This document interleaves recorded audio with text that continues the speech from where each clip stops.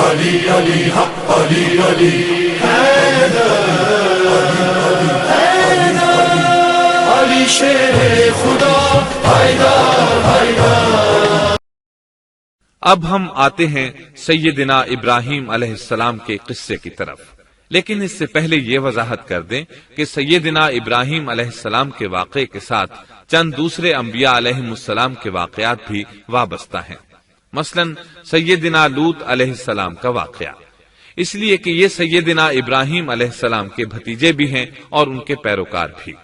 اسی طرح آپ کے صاحبزادوں سیدنا اسماعیل اور سیدنا اسحاق علیہ السلام کے واقعات ساتھ ساتھ چلتے ہیں۔ اس کی وجہ یہ ہے کہ سیدنا اسماعیل علیہ السلام کی ولادت کے وقت ابراہیم علیہ السلام کی عمر 87 سال تھی، اور سیدنا اسحاق علیہ السلام کی پیدائش کے وقت سیدنا ابراہیم علیہ السلام کی عمر 100 سال تھی، جبکہ سیدنا ابراہیم علیہ السلام کی کل عمر 175 سال ہوئی، اس لیے ان کے واقعات ساتھ ساتھ چلتے ہیں۔ ابراہیم علیہ السلام کا قصہ سناتے ہوئے ان حضرات کا ذکر ساتھ ساتھ ضرور آئے گا، تو آئیے شروع کرتے ہیں قصہ ابراہیم علیہ السلام کا۔ صالح علیہ السلام کے بعد اللہ تعالیٰ نے سیدنا ابراہیم علیہ السلام کو مبعوث فرمایا۔ ابراہیم علیہ السلام جد الانبیاء ہیں، عظیم المرتبت اور اولو العزم پیغمبر ہیں۔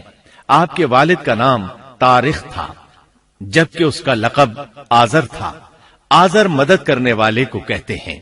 یہ شخص اپنے قبیلے کے افراد کی مدد کیا کرتا تھا، غمخواری کرتا تھا، اس لیے اس کا لقب آزر مشہور ہو گیا تھا۔ قرآن مجید میں ابراہیم علیہ السلام کا قصہ 73 مقامات پر ذکر ہوا ہے۔ یہ 73 مقامات 25 سورتوں میں ہیں، اور یہ بات ابراہیم علیہ السلام کے بلند مرتبت ہونے پر دلالت کرتی ہے۔ ابراہیم علیہ السلام بھی سام بن نوح علیہ السلام کی نسل سے ہیں۔ آپ کی پیدائش عراق کے مشہور شہر بابل میں ہوئی۔ یہ عراق کے شمال میں واقع تھا اور آج بھی موجود ہے۔ بہت بڑا شہر ہے، اس وقت بھی بڑی آبادی پر مشتمل تھا۔ یہاں بت پرستی عام ہو چکی تھی۔ اللہ تعالی سورۃ العنکبوت آیت 25 میں فرماتے ہیں، ابراہیم نے کہا کہ تم نے جن بتوں کی پرستش اللہ کے سوا کی ہے، انہیں تم نے اپنی آپس کی دنیاوی دوستی کے بنا پر معبود ٹھہرا لیا ہے۔ مطلب یہ کہ وہ لوگ اللہ کی عبادت بتوں کو اللہ کا شریک ٹھہرا کر کرتے تھے۔ ابراہیم علیہ السلام نے اپنے باپ سے اور اپنی قوم سے کہا کہ یہ مورتیاں جن کے تم مجاور بنے بیٹھے ہو کیا ہیں؟ انہوں نے جواب دیا، ہم نے اپنے باپ دادوں کو انہی کی عبادت کرتے پایا ہے۔ اللہ تعالیٰ ان کے بارے میں فرماتے ہیں، اے نبی، انہیں ابراہیم علیہ السلام کا قصہ سنا دو، جبکہ انہوں نے اپنے باپ اور اپنی قوم سے فرمایا، تم کس کی عبادت کرتے ہو؟ کہنے لگے، بتوں کی، ہم تو برابر ان کے مجاور بنے بیٹھے ہیں۔ ابراہیم علیہ السلام نے فرمایا، جب تم انہیں پکارتے ہو تو کیا وہ سنتے بھی ہیں یا تمہیں نفع اور نقصان پہنچا سکتے ہیں؟ انہوں نے کہا، یہ ہم کچھ نہیں جانتے، ہم نے تو اپنے باپ دادوں کو اسی طرح کرتے پایا ہے۔ مطلب یہ کہ یہ بت پرستی انہیں ورثے میں ملی تھی۔ وہ جن معبودوں کی عبادت کرتے تھے، نہ وہ ان کی پکار کو سنتے تھے، نہ ہی ان کے نفع و نقصان پر قادر تھے۔ اسی لیے ابراہیم علیہ السلام انہیں جھنجھوڑ رہے تھے، لیکن اندھی تقلید اور بشری عقل کے بیکار ہو جانے نے انہیں یہ سب سوچنے سے عاری کر دیا تھا۔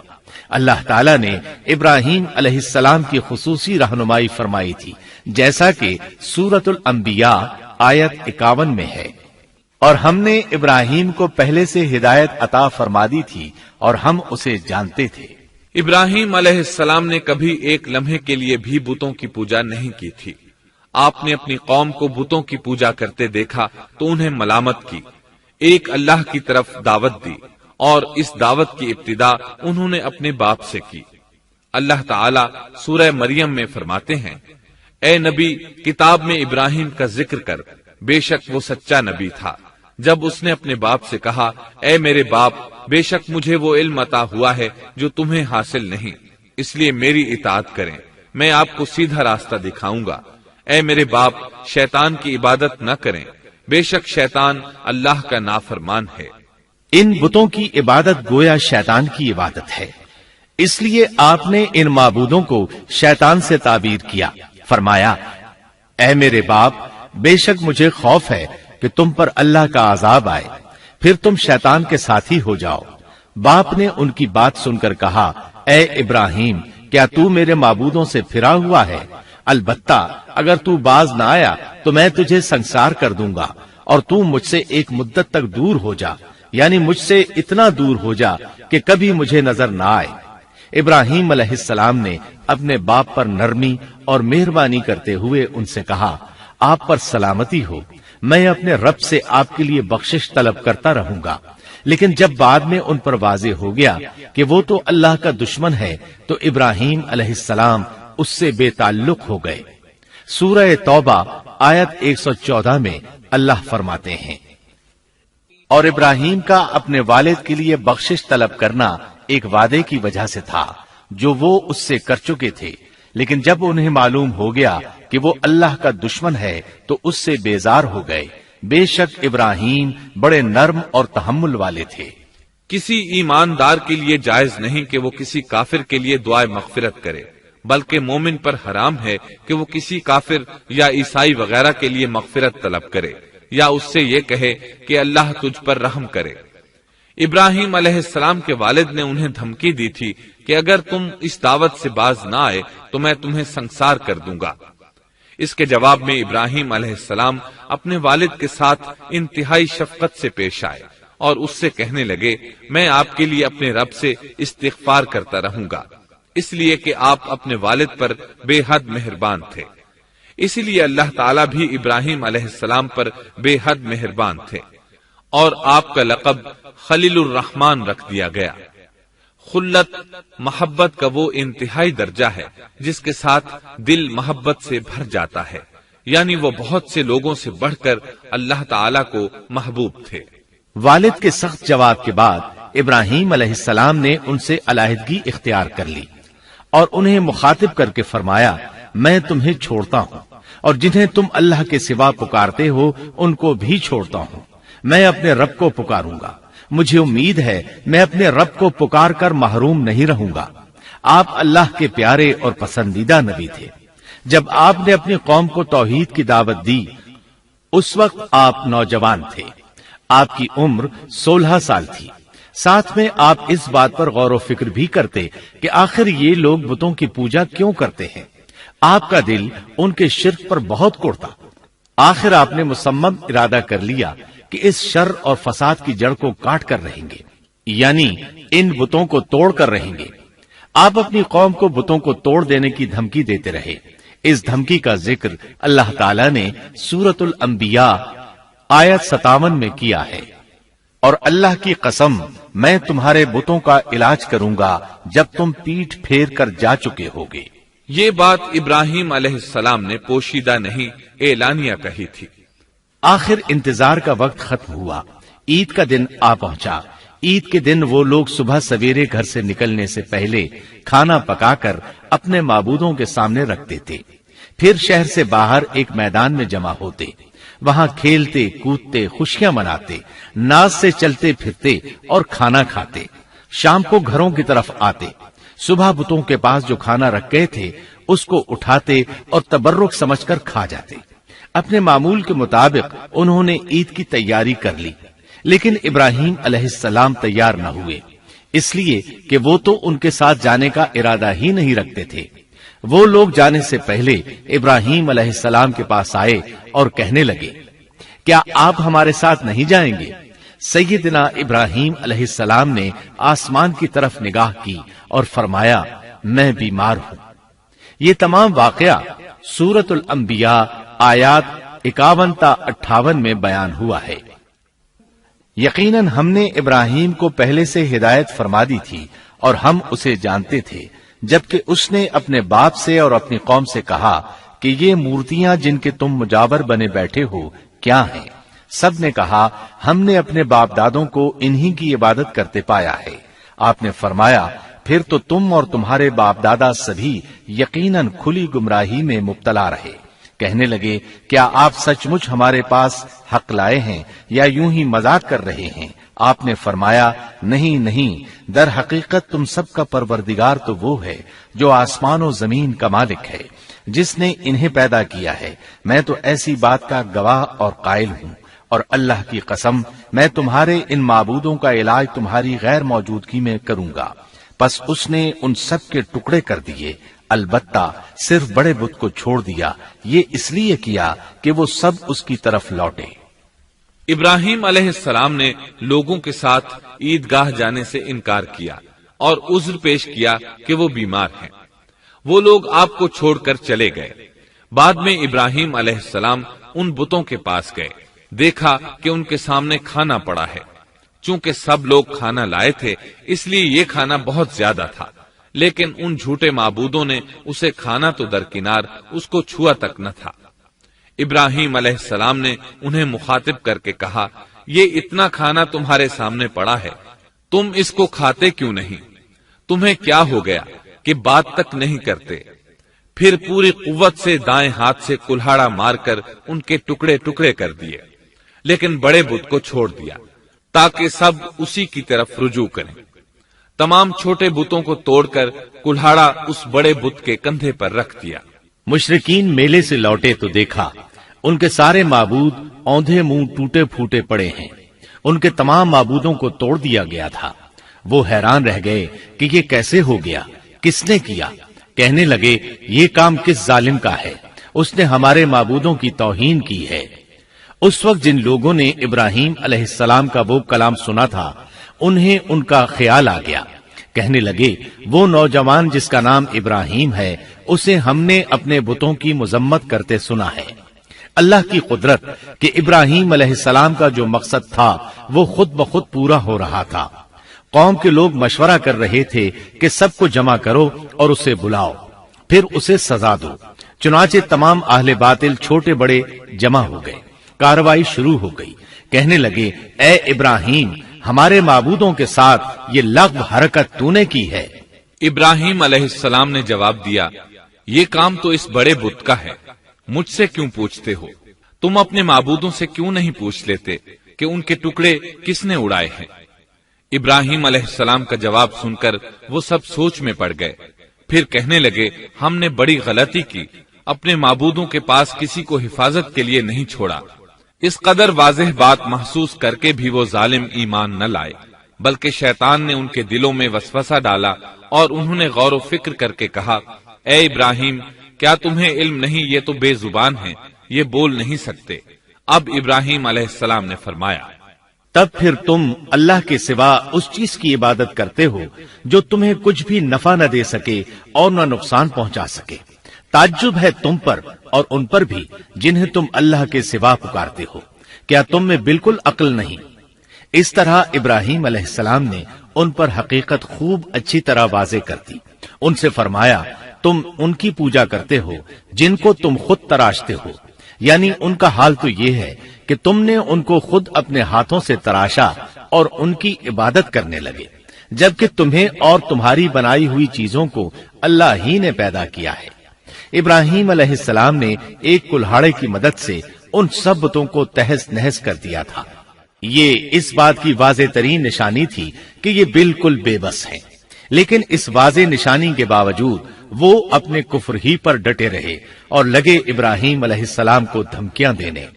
کہنے لگے اس کے لیے ایک آتش کدہ بناؤ اور اسے اس دہکتی آگ میں ڈال دو۔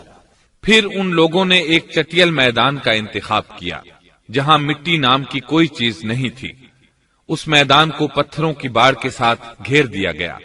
پھر سب لوگوں کو حکم دیا گیا کہ وہ لکڑیاں جمع کر کے اس گھیری ہوئی جگہ میں رکھیں۔ چنانچہ سب لوگ لکڑیاں جمع کر کے وہاں لانے لگے، یہاں تک کہ عورتوں اور بچوں نے بھی اس کام میں بڑھ چڑھ کر حصہ لیا۔ میدان میں اتنی لکڑیاں جمع ہو گئیں کہ زمین نظر نہیں آتی تھی۔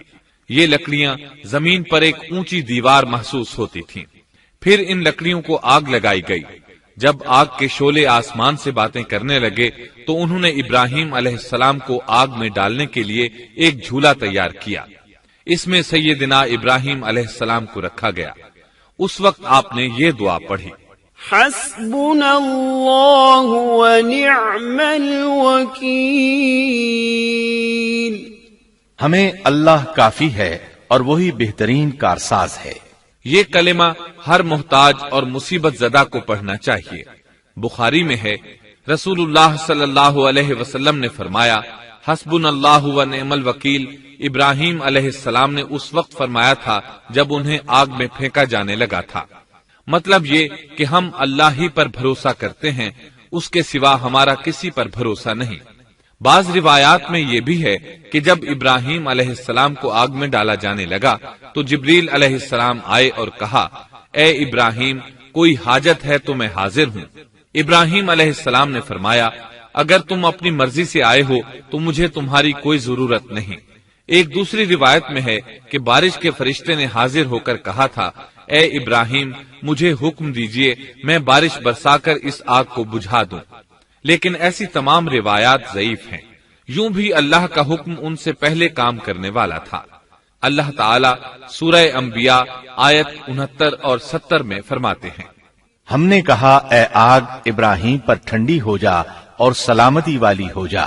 گو انہوں نے ابراہیم کا برا چاہا لیکن ہم نے انہیں ہی نقصان پانے والا کر دیا. چنانچہ جب ابراہیم علیہ السلام کو آگ میں ڈالا گیا تو وہ ٹھنڈی ہو گئی. ابن عباس رضی اللہ عنہما فرماتے ہیں اگر اللہ تعالیٰ آگ سے یہ نہ فرماتے کہ سلامتی والی ٹھنڈی ہو جا تو وہ اس قدر سرد ہو جاتی کہ اس کی ٹھنڈک سے تکلیف محسوس ہوتی.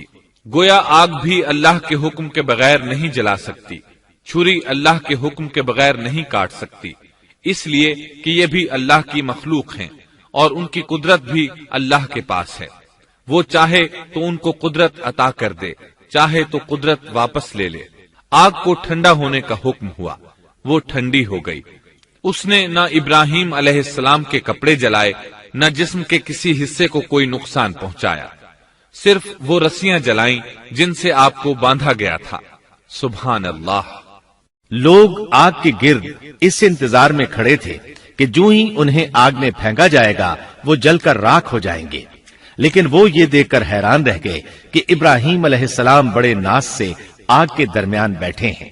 بعض روایات میں ہے کہ ابراہیم علیہ السلام فرمایا کرتے تھے مجھے ان دنوں جو راحت اور سکون حاصل تھا ویسا آگ سے نکلنے کے بعد نہیں ہوا. لوگ اس معجزے کو دیکھ کر حیرت زدہ تھے. پھر ابراہیم علیہ السلام آگ سے نکلے. اتنا بڑا معجزہ دیکھنے کے باوجود لوط علیہ السلام کے سوا کوئی شخص پورے بابل شہر سے ان پر ایمان نہ لایا. اللہ تعالیٰ فرماتے ہیں پس ابراہیم پر لوط ایمان لائے. مطلب یہ کہ پوری بستی سے لوط علیہ السلام تھے جو آپ پر ایمان لائے تھے، باقی تمام لوگ کفر ہی پر ڈٹے رہے. ابراہیم علیہ السلام ان کا رویہ دیکھ کر نا امید ہو گئے کہ اس سے بڑھ کر یہ کون سا معجزہ دیکھنا چاہتے ہیں. ان کے بتوں کو توڑ دیا گیا. اپنی آنکھوں سے اللہ کی نشانی ان لوگوں نے دیکھی، پھر بھی یہ ایمان نہیں لائے. چنانچہ آپ نے وہاں سے ہجرت کا ارادہ فرما لیا. اس وقت بابل پر نمرود نامی بادشاہ کی حکومت تھی. کہا جاتا ہے کہ زمین کے بیشتر حصے پر اسی کی حکمرانی تھی. جب اس کے پاس یہ خبریں پہنچیں کہ ابراہیم علیہ السلام کو آگ میں ڈالا گیا لیکن آگ نے انہیں نہیں جلایا تو اس نے ابراہیم علیہ السلام کو اپنے دربار میں پیش کرنے کا حکم دیا. ابراہیم علیہ السلام کو وہاں لایا گیا. نمرود نے ان سے ان کے رب کے بارے میں سوال کیا. اللہ تعالیٰ سورۃ البقرہ آیت 258 میں فرماتے ہیں کیا تو نے اس شخص کو نہیں دیکھا جس نے ابراہیم سے اس کے رب کے متعلق جھگڑا کیا اس لیے کہ اللہ نے اسے سلطنت دی تھی. ایک روایت میں ہے کہ 4 بادشاہوں نے زمین کے بیشتر حصے پر حکمرانی کی ہے. ان میں سے ایک نمرود ہے. نمرود اپنے وقت کا حاکم و بادشاہ تھا. ابراہیم علیہ السلام سے جب اس کی اللہ تعالیٰ کے بارے میں بات چیت ہوئی تو ابراہیم علیہ السلام نے کہا میرا رب وہ ہے جو زندہ کرتا ہے اور مارتا ہے. جواب میں اس نے کہا میں بھی زندہ کرتا ہوں اور مارتا ہوں. چنانچہ اس نے حکم دیا کہ جیل سے 2 آدمیوں کو لے آؤ. جیل سے 2 ایسے آدمیوں کو لایا گیا جن کے لیے سزائے موت کا فیصلہ ہو چکا تھا. اس نے ان میں سے ایک کے قتل کا حکم دیا، دوسرے کو معاف کر دیا. اس سے اس نے یہ ثابت کرنا چاہا کہ وہ بھی زندہ کر سکتا ہے اور موت دے سکتا ہے. اور کہنے لگا دیکھ لو میرے حکم سے لوگ مرتے ہیں اور میرے حکم سے انہیں زندگی ملتی ہے۔ اس کی بات سن کر ابراہیم علیہ السلام نے غور کیا کہ اگر وہ اس سے موت و حیات کے باریک فلسفے پر بحث کریں گے تو نمرود کا مقصد پورا ہو جائے گا اور میرا مقصد پورا نہیں ہو پائے گا۔ اس لیے بحث و مباحثے کی بجائے کوئی مضبوط دلیل پیش کر دی جائے تاکہ حق و باطل کے درمیان فرق واضح ہو جائے۔ چنانچہ آپ نے فرمایا بے شک اللہ سورج کو مشرق سے لاتا ہے تو اس کو مغرب سے لے آ۔ کافر بادشاہ یہ سن کر مبہوت رہ گیا، اس کا سر جھک گیا۔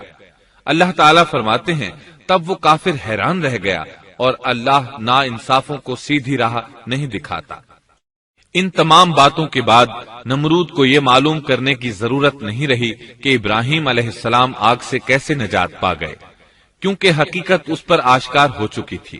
وہ جان گیا تھا کہ اصل معاملہ کیا ہے۔ چنانچہ اس نے ابراہیم علیہ السلام سے کہا آپ اس ملک سے نکل جائیے، ہم آپ کو یہاں نہیں رہنے دیں گے۔ ابراہیم علیہ السلام نے عراق کو خیر بات کہا اور شام کی طرف ہجرت کر گئے۔ یہاں آ کر وہ حران نامی بستی میں مقیم ہوئے۔ اسی جگہ آپ نے اپنے چچا ہاران کی بیٹی سیدہ سارہ علیہ السلام سے شادی کی۔ اللہ تعالیٰ اس ہجرت کے بارے میں فرماتے ہیں اور ہم اسے یعنی ابراہیم اور لوط کو بچا کر اس زمین کی طرف لے آئے جس میں ہم نے جہان کے لیے برکت رکھی تھی۔ جب آپ حران کے مقام پر پہنچے تو وہیں ٹھہر گئے، وہیں رہنے لگے۔ یہاں آ کر آپ کا شمار بنو حران میں ہونے لگا۔ آپ لوگوں کو اسی شہر میں رہنے کی دعوت دیتے۔ اس شہر کے لوگ بتوں کی پوجا نہیں کرتے تھے بلکہ ستاروں کو پوجتے تھے۔ ابراہیم علیہ السلام نے جب ان کی یہ حالت دیکھی تو ارادہ کر لیا کہ ان لوگوں کو بتائیں گے کہ ستاروں کی عبادت کرنا باطل ہے۔ یہ لوگ چونکہ نجوم پرست تھے اس لیے ان کی عبادت کا وقت رات کو ہوتا تھا اور یہ لوگ رات کے وقت عبادت کرتے تھے، کیونکہ ان کے معبود یعنی ستارے رات ہی کو طلوع ہوتے ہیں۔ چنانچہ ابراہیم علیہ السلام انہیں یہ دکھانے کے لیے کہ ان چیزوں کی عبادت باطل ہے ایک دن ان کے ساتھ نکلے۔ اللہ نے آسمان کے دروازے کھول دیے تو ابراہیم علیہ السلام نے چاند، ستاروں، سیاروں اور آسمان و زمین کی سلطنت کو دیکھا۔ اللہ تعالیٰ نے ابراہیم علیہ السلام سے تمام پردے ختم کر دیے جو عام طور پر لوگوں کی آنکھوں پر ہوتے ہیں، اور انہوں نے وہ کچھ دیکھا جسے آج کی رصد گاہیں بھی نہیں دیکھ سکتی۔ اللہ تعالیٰ سورۃ الانعام آیت 75 میں فرماتے ہیں اور اسی طرح ہم نے ابراہیم کو آسمان اور زمین کی سلطنت کا مشاہدہ کرا دیا تاکہ وہ یقین کرنے والوں میں سے ہو جائے۔ بعض مفسرین نے لکھا ہے کہ یہ سب کچھ اللہ تعالیٰ نے ابراہیم علیہ السلام کو اس لیے دکھایا تھا کہ وہ ستاروں کی پرستش کرتے تھے۔ پھر اللہ تعالیٰ نے اپنی عبادت کی طرف ان کی رہنمائی فرمائی۔ جن مفسرین نے یہ بات لکھی وہ غلطی پر ہیں، کیونکہ ایک جلیل القدر رسول کے متعلق ایسا گمان کرنا کبیرہ گناہ ہے۔ آسمان اور زمین کی سلطنت اور دیگر معجزات دکھانے کے بعد اللہ تعالیٰ فرماتے ہیں آسمان اور زمین کی پیدائش یقیناً انسان کی پیدائش سے بہت بڑا کام ہے۔ اللہ تعالیٰ ایک دوسرے مقام پر فرماتے ہیں آسمان اور زمین میں بہت سی نشانیاں ہیں جن سے یہ منہ موڑ کر گزر جاتے ہیں۔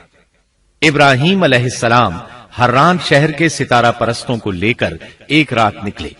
اچانک ایک ستارہ طلوع ہوا، اس کی چمک دمک بہت تھی، شکل صورت کے لحاظ سے بھی بہت خوبصورت تھا۔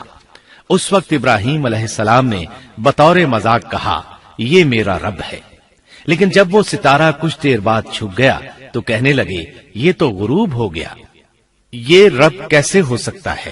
جو چھپ جائے وہ رب نہیں ہو سکتا، پس میں تو غروب ہونے والوں کو پسند نہیں کرتا۔ اگلے روز وہ پھر ان لوگوں کو ساتھ لے کر نکلے تو چاند کو دیکھا۔ یہ شکل صورت میں ستاروں سے کہیں زیادہ خوبصورت تھا، روشن تھا، لیکن یہ بھی غروب ہو گیا تو ابراہیم کہنے لگے اگر مجھے میرے رب نے ہدایت نہ کی تو میں گمراہ لوگوں میں شامل ہو جاؤں گا۔ اے اللہ تو کہاں ہے؟ اپنی طرف میری رہنمائی کر۔ ان باتوں سے ابراہیم علیہ السلام ان لوگوں کو غور و فکر کی دعوت دے رہے تھے تاکہ وہ غور کریں آخر رب چھپ کیسے سکتا ہے؟ اگر چاند رب ہے اور دن کے وقت کسی کو اپنے معبود کی حاجت ہوگی تو وہ کیا کرے گا؟ لہذا چاند کسی صورت رب نہیں ہو سکتا۔ پھر جب دن چڑھا اور سورج طلوع ہوا تو کہنے لگے یہ میرا رب ہے، یہ تو سب سے بڑا ہے۔ پھر لوگوں کو مخاطب کر کے کہنے لگے تم رات کو چھوٹے چھوٹے ستاروں کی پوجا کرتے ہو، کیوں نہ تم اتنے بڑے ایک ہی رب کی پوجا کر لو۔ لیکن جب وہ بھی غروب ہو گیا تو کہنے لگے یقیناً میں تمہارے شرک سے بیزار ہوں، یہ معبود کیسے ہو سکتے ہیں؟ ان میں تو تبدیلی آتی رہتی ہے، کبھی طلوع ہوتے ہیں کبھی غروب ہوتے ہیں۔ یہ اس بات کی دلیل ہے کہ یہ مخلوق ہیں اور ان کا خالق کوئی اور ہے جس کے حکم کے یہ تابع ہیں۔ جب یہ خود مخلوق ہیں اور کسی اور کے تابع ہیں تو کسی کو نفع نقصان پہنچانے پر کس طرح قادر ہو سکتے ہیں؟ پھر اپنی قوم کو مخاطب کر کے کہنے لگے میں اپنا رخ اس کی طرف کرتا ہوں جس نے آسمانوں کو یکسو ہو کر پیدا کیا، اور میں شرک کرنے والوں میں سے نہیں ہوں۔ اب بھی وہ اپنی بات پر اڑے رہے۔ تب آپ نے فرمایا تم مجھ سے اللہ کے بارے میں جھگڑ رہے ہو، مجھے تو اللہ راہ دکھا چکا ہے اور اس نے مجھے دلیل عطا فرمائی ہے۔ میں یقیناً جانتا ہوں کہ تمہارے تمام معبود بے بس اور بے طاقت ہیں۔ جاؤ تم سے اور تمہارے ان معبودوں سے جو ہو سکے کر لو، میرے رب کی مرضی کے بغیر کچھ بھی نہیں ہو سکتا۔ میرے رب نے ہر چیز کے علم کو اپنے گھیرے میں لے رکھا ہے، کیا پھر بھی تم نصیحت حاصل نہیں کرو گے؟ اور میں تمہارے معبودوں سے خوف کیوں کھاؤں؟ تم اللہ سے نہیں ڈرتے؟ ان کو اللہ کا شریک ٹھہرا رہے ہو۔ اللہ نے اس کی کوئی دلیل نازل نہیں کی۔ اگر تم میں صحیح علم ہے تو تم ہی بتلا دو کہ ہم دونوں جماعتوں میں سے امن کا زیادہ حقدار کون ہے۔ امن انہی کے لیے ہے جو ایمان لانے کے بعد دین کو شرک سے خلط ملط نہیں کرتے۔ حقیقت میں ہدایت یافتہ وہی لوگ ہیں۔ یہی ہمارے وہ دلائل تھے جو ہم نے ابراہیم علیہ السلام کو ان کی قوم کے مقابلے میں عطا کیے تھے، اور ہم جسے چاہیں مرتبے میں بڑھا دیں۔ بے شک تیرا رب بڑی حکمت والا ہے۔ ان لوگوں نے پھر بھی کفر ہی کیا، کوئی بھی ایمان نہ لایا۔ چنانچہ ابراہیم علیہ السلام نے ایک بار پھر ہجرت کی اور مصر جا پہنچے۔ مصر کے بادشاہ کو خبر ملی کہ ایک شخص ہجرت کر کے آیا ہے اور اس کے ساتھ ایک عورت ہے، وہ بہت زیادہ حسین و جمیل ہے۔ چنانچہ اس ظالم نے اپنے کارندوں کو بھیجا کہ اس عورت کو میرے پاس لے آؤ، ساتھ ہی اس سے پوچھنا کہ تمہارے ساتھ جو آدمی ہے وہ کون ہے، اگر وہ اس کا خاوند ہو تو اسے قتل کر دینا۔ ادھر بادشاہ نے اپنے کارندوں کو حکم دیا، ادھر اللہ نے ابراہیم علیہ السلام کی طرف وحی بھیج دی۔ انہوں نے سارا علیہ السلام سے کہا اگر وہ تجھ سے میرے بارے میں پوچھیں تو بتا دینا تم میری بہن ہو۔ پھر سارا سے بولے اے سارا، روئے زمین پر میرے اور تیرے سوا کوئی مومن نہیں، یعنی یہ کافروں کی سرزمین ہے، یہاں کوئی مومن نہیں، اس لحاظ سے تم میری دینی بہن ہو۔ پھر بادشاہ نے ابراہیم علیہ السلام کو پیش کرنے کا حکم دیا۔ اس نے آپ سے پوچھا یہ عورت کون ہے؟ آپ نے فرمایا یہ میری بہن ہے۔ اس طرح ابراہیم علیہ السلام کی زندگی میں 3 موقع ایسے آئے کہ انہوں نے اللہ کے دین کی حمایت اور مدافعت کے لیے توریہ کیا۔ توریہ کا مطلب یہ ہے کہ واقعہ کچھ اور ہو لیکن کوئی شخص کسی خاص مصلحت کی وجہ سے اسے 2 معانی والے الفاظ کے ساتھ اس انداز میں بیان کرے کہ سننے والا اس واقعہ کو نہ سمجھ سکے بلکہ اس کا ذہن خلاف واقعہ چیز کی طرف منتقل ہو جائے۔ شریعت نے بعض مخصوص حالات میں اس کی اجازت دی ہے۔ وہ 3 مواقع جہاں ابراہیم علیہ السلام نے توریہ فرمایا ان کی وضاحت کچھ اس طرح ہے۔ ایک یہ کہ آپ نے میلے پر نہ جانے کی غرض سے ان لوگوں سے کہا تھا کہ میں بیمار ہوں۔ دوسرے موقع پر یہ فرمایا تھا یہ کام اس بڑے سردار بت کا ہے۔ تیسرے سارا علیہ السلام کو دینی بہن قرار دیا۔ اس ظالم بادشاہ نے سارا علیہ السلام کو اپنی تحویل میں لے لیا۔ جب سارا علیہ السلام کو معلوم ہوا کہ وہ ایک بدکار شخص ہے تو انہوں نے اللہ تعالیٰ سے دعا کی، اے اللہ تجھے معلوم ہے میں تجھ پر اور تیرے نبی پر ایمان لائی ہوں اور اپنے جسم کو اپنے خاوند کے سوا ہر ایک سے محفوظ رکھا ہے، لہٰذا آپ اس کافر کو مجھ پر مسلط نہ کیجیے گا۔ چنانچہ اس کافر بادشاہ نے جب سیدہ سارا کو پکڑنے کے لیے اپنا ہاتھ بڑھایا تو اس کا ہاتھ شل ہو گیا اور اپنی جگہ پر جم گیا۔ وہ لگا چیخ پکار کرنے۔ اس میں اتنی طاقت نہ رہی کہ اپنے ہاتھ کو حرکت دے سکے۔ اس کی آواز سن کر اس کے محافظ بھاگے ہوئے آئے۔ انہوں نے اس کے ہاتھ کو چھڑانا چاہا لیکن چھڑا نہ سکے۔ اس کی یہ حالت دیکھ کر سیدہ سارہ خوف زدہ ہو گئیں۔ انہوں نے سوچا اگر یہ مر گیا تو لوگ کہیں گے اسے میں نے قتل کیا ہے۔ چنانچہ انہوں نے اللہ سے دعا کی کہ اسے چھوڑ دیا جائے۔ اللہ تعالیٰ نے آپ کی دعا قبول کر لی۔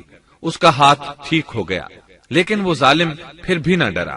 اس نے ایک بار پھر آپ کی طرف ہاتھ بڑھایا، اس کا ہاتھ پھر شل ہو گیا۔ سیدہ سارہ نے پھر دعا کی، وہ دوبارہ ٹھیک ہو گیا، وہ پھر بھی باز نہ آیا۔ تیسری بار پھر اس نے ان کی طرف ہاتھ بڑھایا، اس بار بھی اس کا ہاتھ شل ہو گیا۔ اب وہ سیدہ سارہ علیہ السلام سے کہنے لگا، اب کی بار اگر تو مجھے اس مصیبت سے نجات دلائے گی تو میں تجھے چھوڑ دوں گا اور کبھی تیرے آڑے نہیں آؤں گا۔ چنانچہ سیدہ سارہ علیہ السلام نے اللہ تعالی سے دعا کی، وہ ٹھیک ہو گیا۔ تب اس نے اپنے کارندوں کو آواز دی اور ان سے بولا، تم میرے پاس کسی انسان کو نہیں بلکہ سرکش جن کو لائے ہو۔ پھر اس نے انہیں رہا کر دیا، عزت و اکرام سے رخصت کیا اور ان کی خدمت کے لیے اپنی بیٹی ہاجرہ کو ساتھ کر دیا۔ سارہ علیہ السلام واپس لوٹی تو دیکھا کہ ابراہیم علیہ السلام نماز پڑھ رہے ہیں۔ نماز کے بعد انہوں نے پوچھا، سارہ اس نے تمہارے ساتھ کیا سلوک کیا؟ سیدہ سارہ علیہ السلام نے سارا واقعہ سنا دیا۔ سن کر آپ نے فرمایا، الحمدللہ۔ پھر بولے، اب ہم یہاں نہیں رہیں گے بلکہ واپس جائیں گے۔ چنانچہ آپ ایک بار پھر فلسطین میں آ گئے، وہیں اپنی زندگی بسر کرنے لگے۔ اب ہم آگے بڑھتے ہیں۔ جب آپ فلسطین میں مستقل طور پر رہائش پذیر ہوئے تو لوط علیہ السلام بھی آپ کے ساتھ تھے۔ لوط علیہ السلام آپ کے بھتیجے تھے۔ ان کے والد کا نام ہاران تھا۔ یہ بچپن ہی سے سیدنا ابراہیم علیہ السلام کے زیر سایہ رہے، انہی کے ہاں پرورش پائی، اس لیے دین حق فوراً قبول کر لیا۔ جب سیدنا ابراہیم علیہ السلام نے عراق سے شام کی طرف ہجرت کی تو یہ آپ کے ساتھ تھے۔ وہاں سے حران گئے، تب بھی ساتھ تھے۔ پھر مصر کی طرف ہجرت کی تو بھی لوط علیہ السلام ان کے ساتھ تھے۔ آخر کار جب آپ نے مصر کو بھی خیر بات کہا اور فلسطین آ گئے تب بھی یہ ساتھ تھے۔ اب ابراہیم علیہ السلام نے لوط علیہ السلام کو حکم دیا کہ وہ بستی سدوم کی طرف چلے جائیں، اس لیے کہ اس بستی کے لوگ کفر کی انتہائی گہرائی میں جا چکے ہیں۔ انہیں کفر و شرک سے نکالنے کے لیے وہاں جائیں، انہیں اللہ کے احکام سنائیں، اللہ کی طرف دعوت دیں۔ چنانچہ لوط علیہ السلام تو اس طرف روانہ ہو گئے اور ادھر فلسطین میں صرف 3 مسلمان رہ گئے، ابراہیم علیہ السلام، ان کی زوجہ محترمہ سیدہ سارہ اور سیدہ ہاجرہ علیہم السلام۔ وہیں رہائش پذیر رہے اور لوگوں کو مسلسل اللہ کی طرف دعوت دیتے رہے۔ یہاں یہ بے شمار مال و دولت کے بھی مالک بن گئے۔ جب ان کی عمر 85 یا 86 سال ہوئی تو سارہ علیہ السلام نے سوچا، میں بانجھ ہوں، میرے خاوند بوڑھے ہیں، لیکن اولاد کی تمنا ہے، تو کیوں نہ میں اپنی لونڈی ہاجرہ ہدیے اور تحفے کے طور پر ابراہیم علیہ السلام کو دے دوں۔ چنانچہ ہاجرہ ابراہیم علیہ السلام کو مل گئیں، انہوں نے ان سے شادی کر لی۔ اللہ رب العزت نے جلد ہی ان کے وطن سے آپ کو اسماعیل علیہ السلام عطا فرمائے۔ ہاجرہ علیہ السلام کے ماں بننے پر اور ان کی اولاد کو دیکھ کر سیدہ سارہ علیہ السلام کو فطری طور پر غیرت کا احساس ہوا۔ اللہ کی قدرت دیکھیے، خود ہی انہیں ہاجرہ کو تحفے میں دیا تاکہ اولاد حاصل ہو، اور جب وہ ماں بن گئیں تو اب غیرت محسوس کر رہی ہیں۔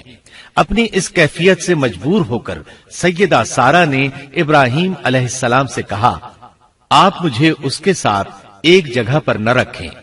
مورخین اور سیرت نگار لکھتے ہیں کہ ہاجرہ علیہ السلام ایک نطاق پہنا کرتی تھی، یعنی وہ جسم کے درمیان ایک لمبا کپڑا لٹکا لیتی تھی تاکہ وہ کپڑا گھسٹ گھسٹ کر قدموں کے نشانات مٹا دے اور سارہ کو نظر نہ آئے، کیونکہ سارہ غیرت کی حد کو پہنچ چکی تھی۔ ابراہیم علیہ السلام نے جب سارہ علیہ السلام کے اندر غیرت کے آثار دیکھے تو ہاجرہ کو ان کی نگاہوں سے دور کر دیا۔ ادھر اللہ کا حکم بھی نازل ہو گیا کہ اپنی بیوی ہاجرہ اور دودھ پیتے بچے اسماعیل کو ساتھ لے لیں اور مکہ کی طرف رخ کر لیں۔ ابراہیم علیہ السلام مکہ کی طرف روانہ ہوئے، یہاں تک کہ مکہ پہنچ گئے۔ یہ جگہ اس وقت بالکل ویران اور بے آباد تھی، نہ کوئی انسان تھا، نہ پانی، نہ نباتات کے آثار تھے، غرض کوئی چیز نظر نہیں آتی تھی، بس پہاڑوں کے درمیان ایک بے آب و گیاہ میدان تھا۔ یہی وہ مقدس اور تاریخی وادی تھی جہاں ابراہیم علیہ السلام اپنی زوجہ اور لخت جگر کو چھوڑ کر واپس پلٹے۔ سیدہ ہاجرہ علیہ السلام کو بہت حیرت ہوئی، انہیں یہ امید نہیں تھی کہ ان کے خاوند انہیں ایک بے آباد جگہ تنہا چھوڑ کر چل دیں گے، اس پر بچے کی ذمہ داری الگ تھی۔ چنانچہ انہوں نے ابراہیم علیہ السلام کو آواز دی، لیکن انہوں نے مڑ کر بھی نہ دیکھا۔ اب وہ ان کے پیچھے آئیں اور قریب پہنچ کر بولی، اے ابراہیم، ہمیں کہاں چھوڑے جا رہے ہو؟ یہاں نہ پانی، نہ خوراک، نہ کوئی انسان۔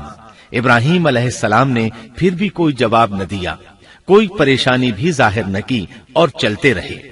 سیدہ ہاجرہ بھی آپ کے پیچھے چلتی رہیں اور پوچھتی رہیں کہ ہمیں کس کے حوالے کر کے جا رہے ہیں؟ یہاں تو کوئی بھی جاندار نہیں، مکمل طور پر بے آباد علاقہ ہے۔ لیکن انہوں نے اب بھی کوئی توجہ نہ دی۔ آخر سیدہ ہاجرہ نے کہا، کیا آپ کو اللہ نے اس کام کا حکم دیا ہے؟ اب آپ نے جواب میں فرمایا، ہاں۔ تب سیدہ ہاجرہ بولی، اگر یہ بات ہے تو اللہ تعالی ہرگز ہمیں ضائع نہیں ہونے دے گا۔ جب انسان اللہ کے احکام کو بجا لائے تو اس کے دل سے فقر و فاقے کا خوف نکل جاتا ہے، اور اللہ اسے طرح طرح کے انعامات سے نوازتا ہے۔ انسان جب تک اللہ کے احکام کو بجا لاتا رہے گا تب تک اللہ کی نصرت اور اس کی تائید شامل حال رہے گی۔